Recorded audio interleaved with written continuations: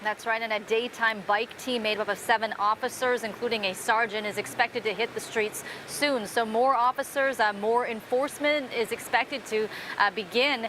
And for people we talked to here in East Village, they say this is a good thing. We'll find people sleeping right here when we walk in the morning.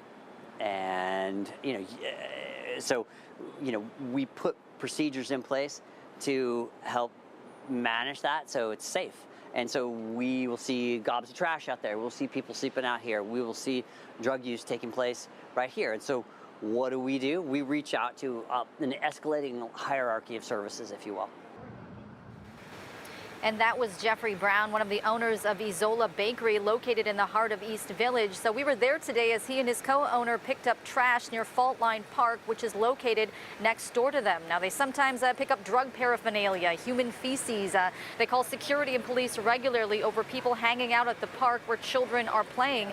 So they are 100% on board with the city's plan to make downtown cleaner and safer. Now, in addition to a heavier police presence, the plan also includes a 24/7 no tent encampment policy in all downtown streets and sidewalks, deploying a team to specifically deal with people suffering from mental health episodes, and really pushing to get the state's conservatorship program off the ground. So today we heard from an SDPD captain about a rise in crime in the Gaslamp quarter.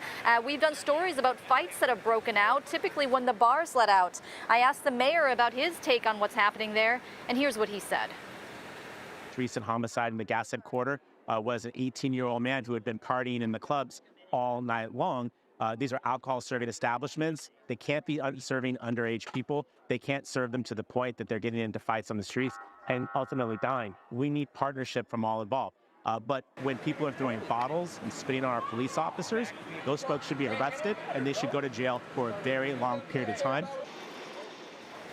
And the mayor says efforts to enforce the camping ban are working. He says since it was enacted 14 months ago, the number of people sleeping on the streets has dropped from about 1,700 to less than 900. So back out here live, back to that bakery owner, Jeffrey. He says the city, its efforts are working, but he says that they should not take their foot off the gas. Carlo and Heather.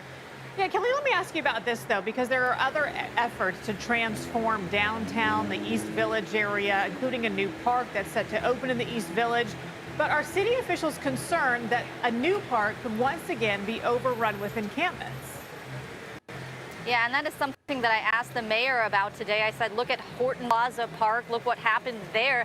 And he pointed out that was a public-private partnership, but said nonetheless, they say they've learned, he says that they've learned lessons from other parks that have opened around the city. He said, look at Children's Park. That's an area that used to be overrun with encampments, and now it's a park that hundreds of families visit regularly. Yeah, it's going to be all hands on deck, public and private, to make downtown really livable and enjoyable for people. Kelly Hessedall reporting live for us. Thanks, Kelly.